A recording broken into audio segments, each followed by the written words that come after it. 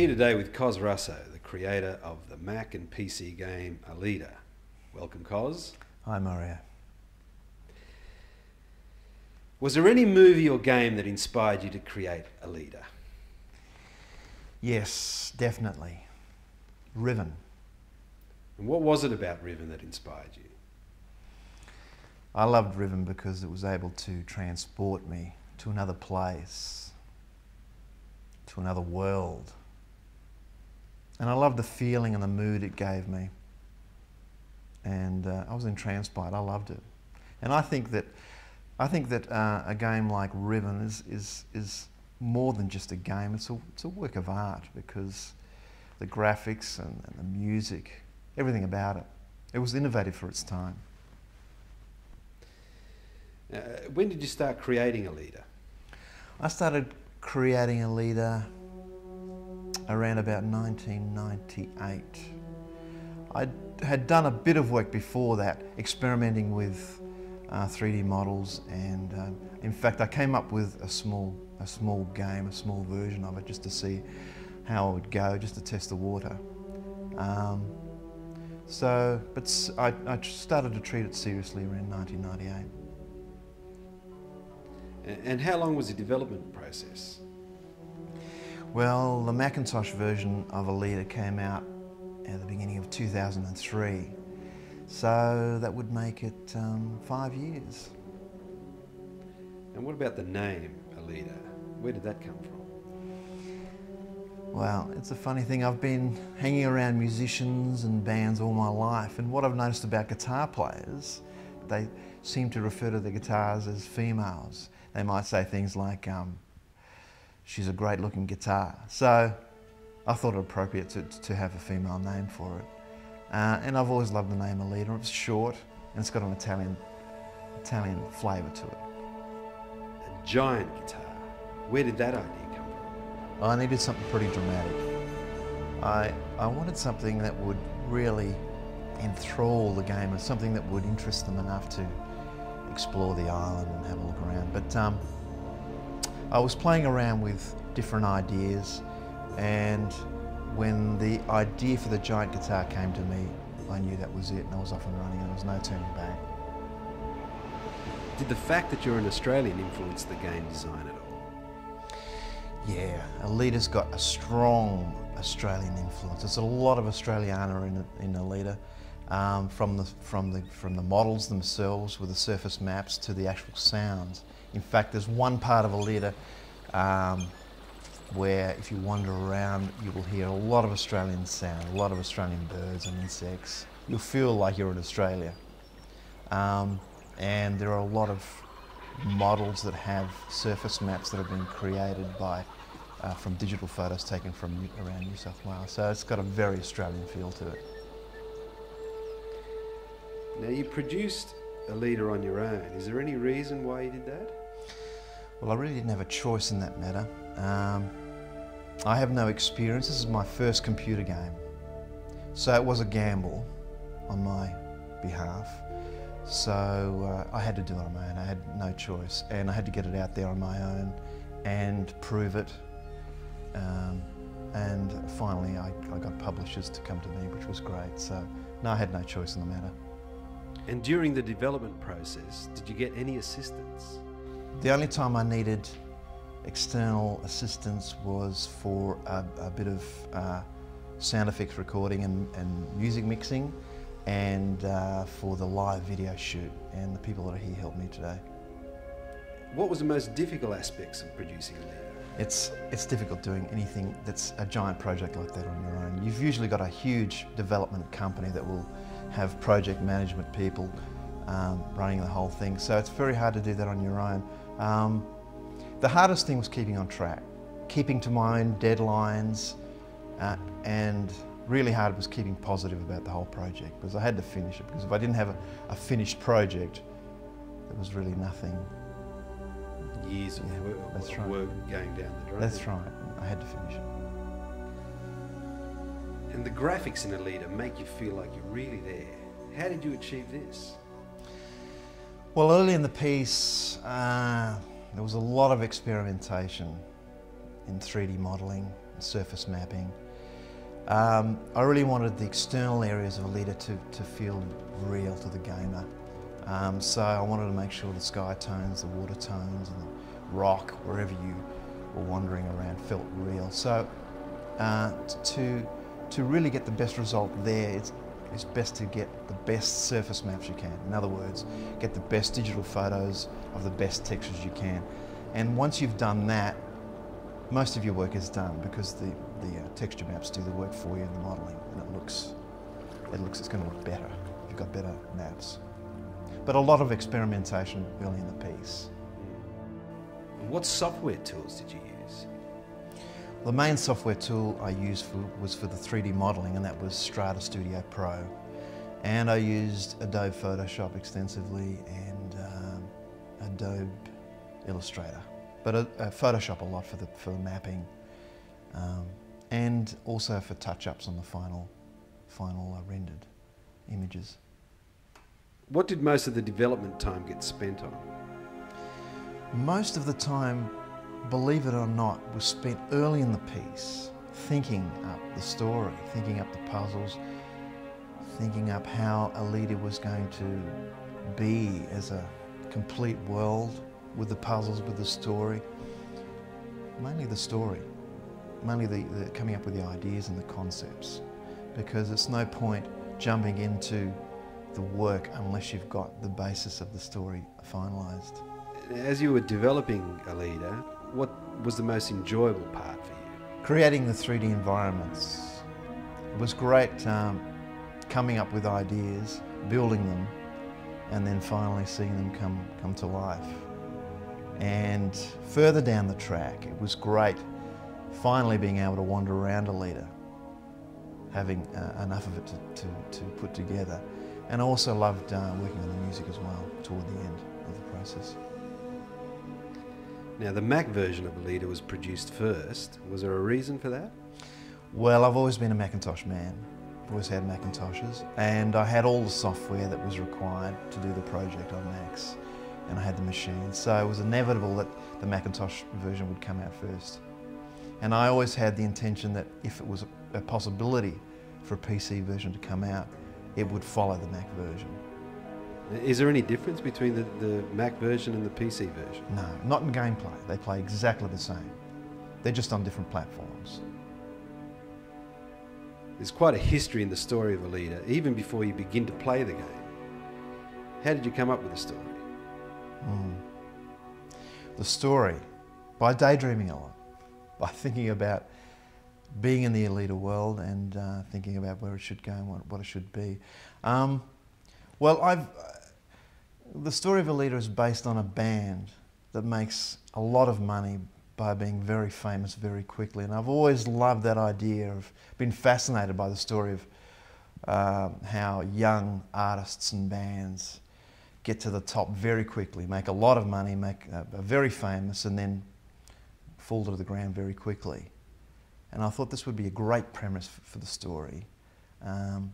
They make a lot of money, in fact, much more money than anybody's ever made before, which gives them the power to create something wacky and weird, which is an enormous guitar rising out of the sea. So I thought it was a great premise for a story. And just daydreaming and wandering in and out of Alida day and night until I got the story. And what about the puzzles? How did you come up with all the puzzles? The puzzles were quite a process. I really wanted to have puzzles that worked within the environments, within the story, and made sense. Sometimes when you play these adventure games, puzzles just pop out of nowhere and they don't make any sense within the story or within the whole game itself. So I wanted to make sure that the puzzles made sense from the very beginning. I spent a lot of time on the puzzles. A lot of the early puzzles were thrown out because I knew that they'd be annoying and they just wouldn't work, and they were just trial and error. And all the environment concepts in Alida, what about them? I'd have to say the same as before, just daydreaming and imagining myself in the Alida world continuously. You really have to become immersed in the place and live it and become it. from beginning to end. Do you think being a musician has influenced the game at all? Yes, incredibly. I mean, the game's about a rock band. It's about a giant guitar that gets built in the middle of the ocean, and it's got musical instruments in it that are puzzles as well. So it's very influenced by music. And but you don't need to know anything about music to play the game, but it's heavily influenced by music. And I don't think, well, I don't recall any other games that have a very strong musical influence like Alida, so I think that's pretty refreshing as well. There's a couple of bizarre musical instruments in Alida. Can you talk about these at all? Yeah, they're quite bizarre. One's called the moon tone and one's called the water tone. The water tone's based, well, its pitch varies according to the height of water that's in it. So it's quite bizarre. You can't really take that anywhere and play a concert with it. They're fixed. These devices were invented by Arin. He always loved experimenting with new sounds and musical instruments. But what I really like about these things is they're also puzzles. And I really wanted to make the puzzles interesting for the gamer to be interactive with. And I think they are, because they double as puzzles and they're interesting as devices to play with as well. And the music in Alida is very prominent. How did you know when you'd written the right music for Alida? Well, I knew from the very beginning what the music had to do for Alida. I knew what mood and feeling it had to give. So, yeah, it was very important to me, because I really believe that music is the only thing that can create a mood. It's the only thing, when you see a movie or play a game, it's the only thing that can shift you into another time, another place, can make you cry or can make you laugh. It's the magic. So I always knew from the beginning the music was going to be very powerful. And I would sit in front of the images on the computer and just think about the images and keep writing until I felt I had the right thing. And did you write the music before you started Alida, or after? No, you afterwards. finished it? After I'd finished. It was an enjoyable process, actually. Have you got any favourite parts of Alida yourself? Yeah, I do. I like the conservatory. I like the conservatory because it's visually stunning. Well, I think it is anyway. And I love what the music does in the conservatory. I think it really does shift you into another place, into another environment. And on a bizarre note, I really like the way Laval screams in the background and causes an unnerving feeling. And I also like the tea-flies. Now, two main characters in Alida are played by Jerry Vanderslot. What was Jerry like to work with? He was great. He was fabulous. We did the shoot in one day. He did a lot of work in that one day. He was fabulous. I'd spent a couple of sessions with him prior to that, just going over the script and just refining a few things. He was great on the day. He was fabulous. And judging from the emails that I'm getting from gamers, they love Arin and they hate Kiva, so it works really well. So should gamers be wary of any particular characters in Alida? Yes, two in particular. One really in particular, but I won't say much more about that. What is your background? My background is in the Australian music industry. I've been in bands and performing with artists all my life, and also in the Australian film and music industry. And Cos, will there be a sequel? I hope so. There's too much stuff going around in my head. It needs to come out and do something. So I think so, yeah, very soon. Thank you, Cos. Thanks, Mario.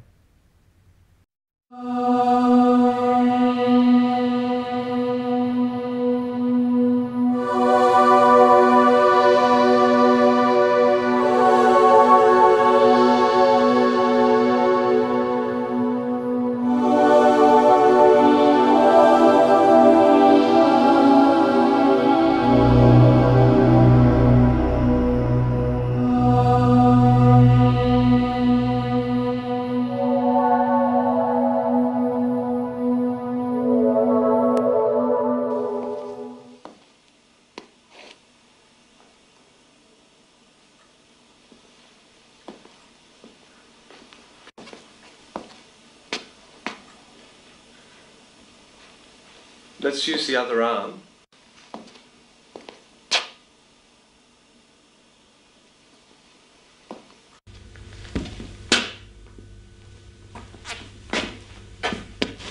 My name's Arin. I don't know who you are, but I assume Julia sent you.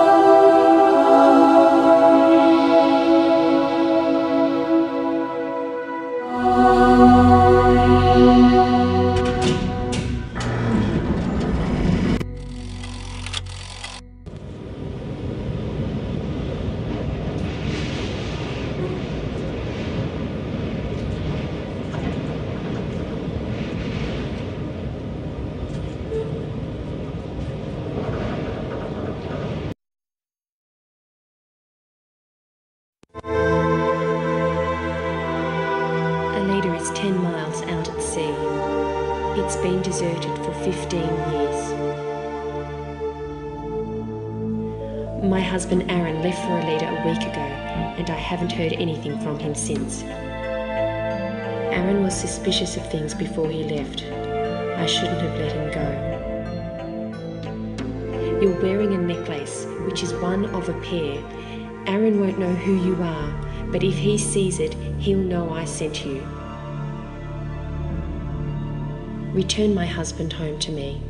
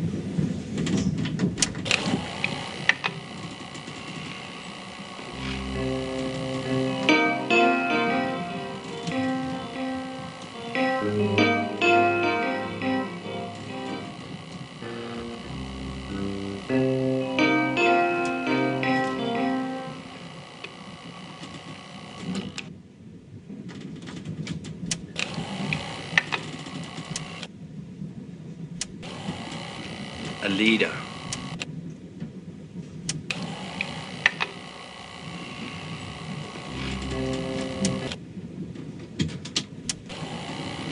Alida. Alida. Siren of the sea?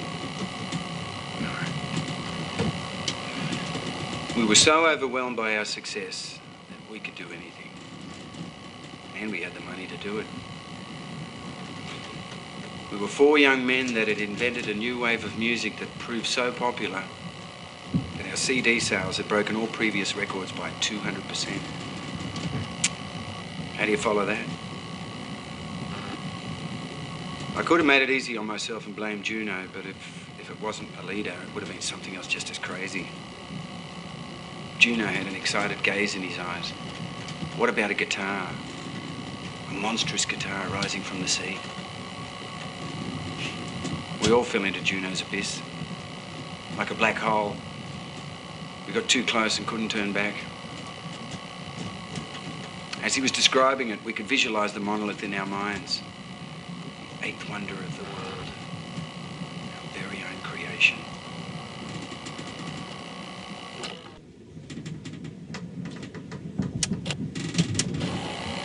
This is how Alida began. The idea was simple. Build an attraction that would absorb people from around the world. When we spoke to our manager Shivers about the plan, he didn't think we were serious. He was against it from the very beginning, but that's understandable knowing my brother. He's unadventurous. After some days of thought, the idea didn't go away. We were getting excited and began to look at the feasibility of constructing Alida. We had engineers, builders drawing up plans.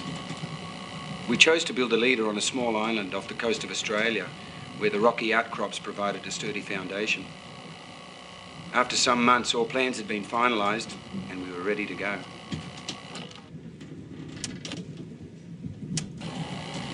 As work progressed on the site, we had many difficulties. The rock cliffs were cut down by large machinery and explosives that had to be shipped from the mainland. We decided to allocate 4 separate areas of Alida for each of us to create innovative ideas on internal working design. I took on the switch. It had to toggle back and forth like the real thing. Juno was allocated the rotating potentiometers, Luke the peghead, and Laval the pickup.